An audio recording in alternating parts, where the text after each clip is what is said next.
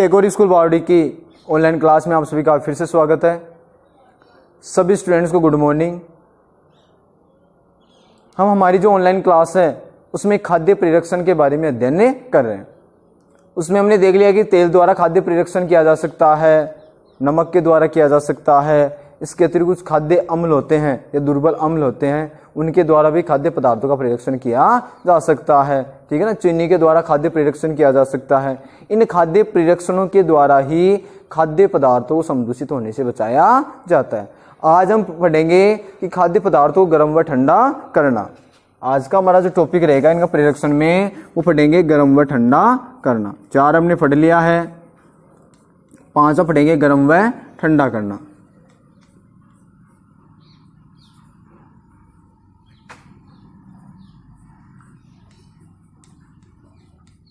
ठीक है, इसमें देखो जैसे हम बात करें कि घर में यदि हम दूध रखते हैं तो उस स्थिति में गर्म करके ही रखा जाता है, क्योंकि सूक्ष्म जीव क्या हो जाते हैं, नष्ट हो जाते हैं। इसी प्रकार से हम भोजन जो होता है या कुछ जो भोज्य पदार्थ होते हैं उनको रेफ्रिजरेटर में रखते हैं। ठीक है ना, जिसके कारण क्या होते हैं, वो सूक्ष्म जीव वृद्धि नहीं कर पाते। कम तापमान में सूक्ष्म जीव क्या करते हैं, वृद्धि नहीं कर पाते हैं और वो समदूषण से बच जाते हैं। घर पर यदि मान लो हम दूध रख रहे हैं तो उस स्थिति में क्या करते हैं, उबाल कर रखते हैं, गर्म करके रखते हैं, क्योंकि इससे क्या हो जाते हैं, सूक्ष्म जीव नष्ट हो जाते हैं। तो हम लिखेंगे कि घर पर दूध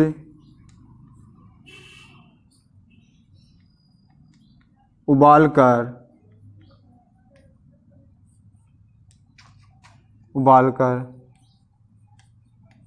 रखते हैं,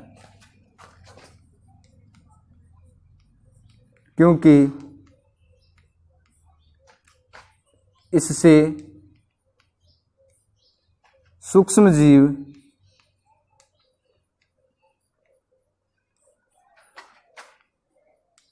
नष्ट हो जाते हैं। यानी उबालते हैं तो उस स्थिति में सूक्ष्म जीव क्या हो जाते हैं, नष्ट हो जाते हैं।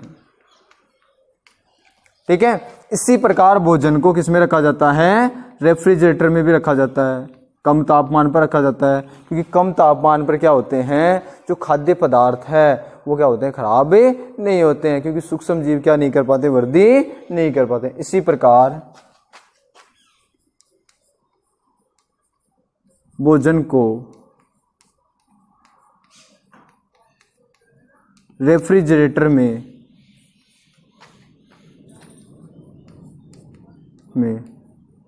रखा जाता है। किस में रखा जाता है, रेफ्रिजरेटर में। क्यों रखा जाता है, क्योंकि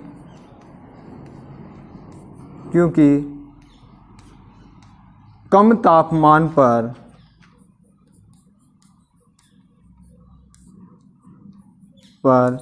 सूक्ष्म जीव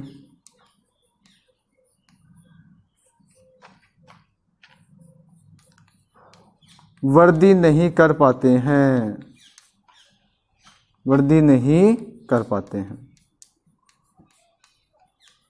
ठीक है।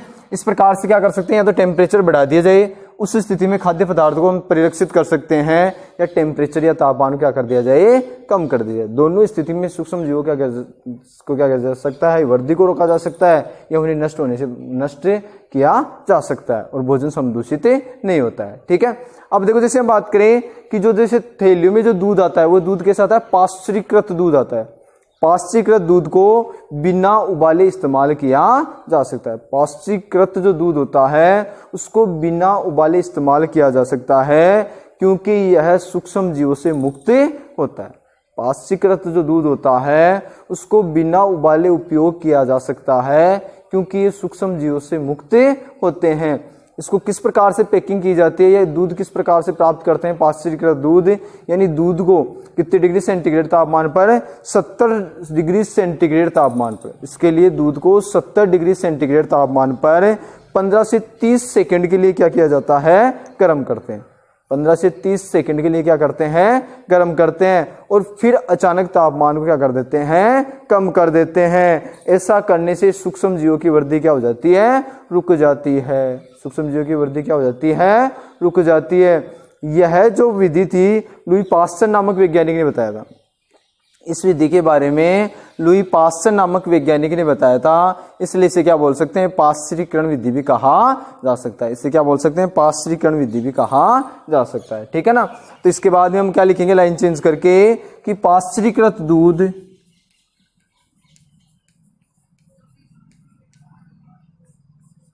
पाश्चरीकृत दूध को क्या काम में ले सकते हैं, हमें बिना उबाले भी काम में ले सकते हैं। क्यों ले सकते हैं, क्योंकि ये क्या होता है, सूक्ष्म जीवों से मुक्त होता है। ठीक है ना।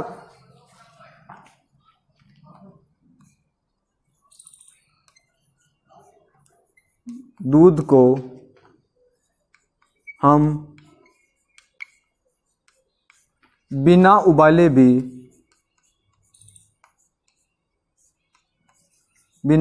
भी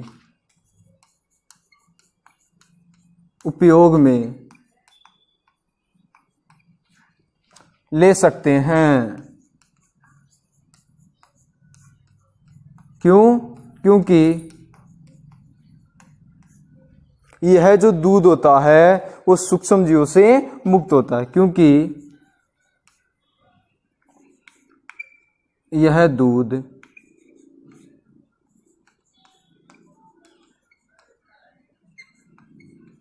सूक्ष्म जीवों से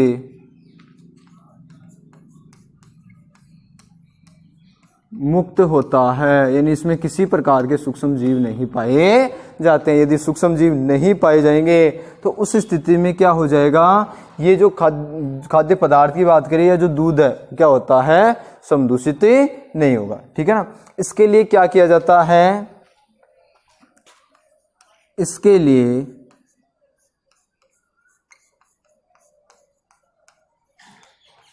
दूध को 70 डिग्री सेंटीग्रेड तापमान पर कितने सेकंड के लिए, 15 से 30 सेकंड के लिए क्या करते हैं, गर्म में करते हैं। इसके लिए दूध को 70 डिग्री सेंटीग्रेड तापमान पर 15 से 30 सेकंड के लिए क्या करते हैं, दूध को गर्म करते हैं। क्या किया जाता है, गर्म करते हैं और फिर अचानक क्या कर देते हैं, ठंडा कर देते हैं। और फिर अचानक ठंडा कर देते हैं। इस दूध को क्या कर दिया जाता है, ठंडा कर देते हैं। ठीक है ना। जिससे जो सूक्ष्म जीव होते हैं उनकी वृद्धि क्या हो जाती है, रुक जाती है। और जो मतलब जो दूध होता है वो क्या होता है, जल्दी से खराब नहीं होता है। ऐसा करने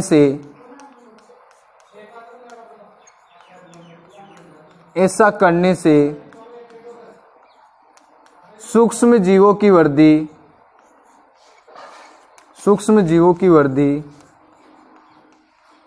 रुक जाती है।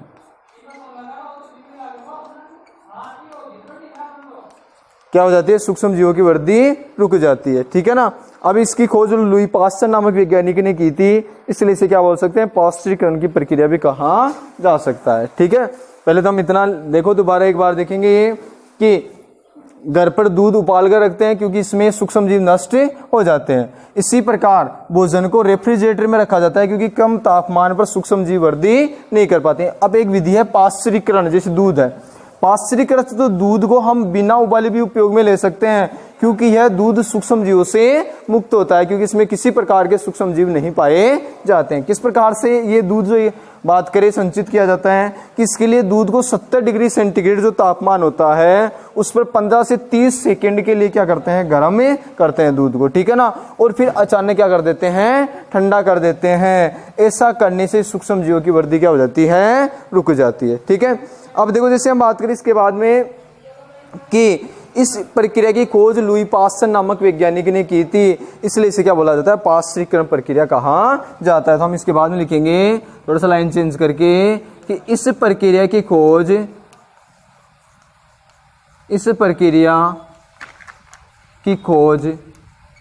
वैज्ञानिक का नाम क्या है, लुई पास्चर।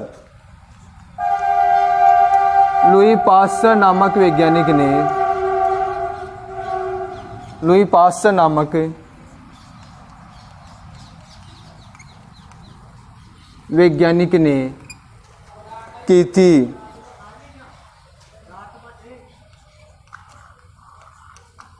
अतः से पाश्चरीकरण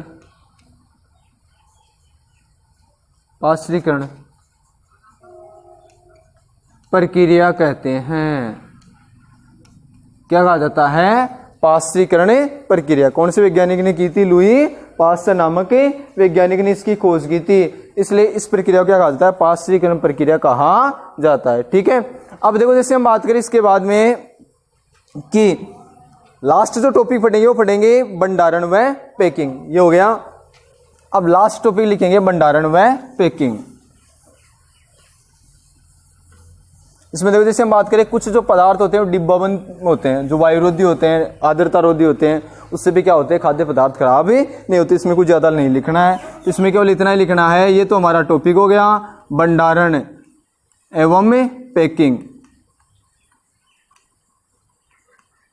ये तो क्या हो गया हमारा टॉपिक। इसमें लिखना क्या है कि आजकल जैसे सूखे मेवे है, काजू बादाम, जैसे हम बात करते हैं किशमिश है, वो है। इसके अतिरिक्त जो सब्जियां होती है वो भी वायुरोधी सील किए गए पैकेटों में क्या किए जाते हैं? बेचे जाते हैं। तो हम क्या लिखेंगे कि आजकल मेवे एवं क्या है? मेवे के साथ साथ सब्जियां भी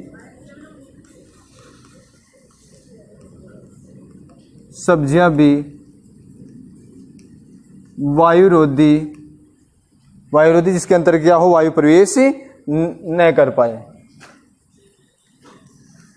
सील युक्त, जिनकी क्या हो? सील लगी हो, चारों ओर से क्या हो? बंद हो। पैकेटों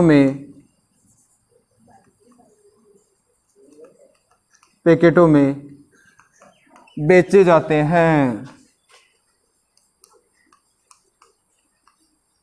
ठीक है, इससे क्या होता है कि इन सबसे सूक्ष्म जीव से क्या रह जाती है? सुरक्षा हो जाती है, जिससे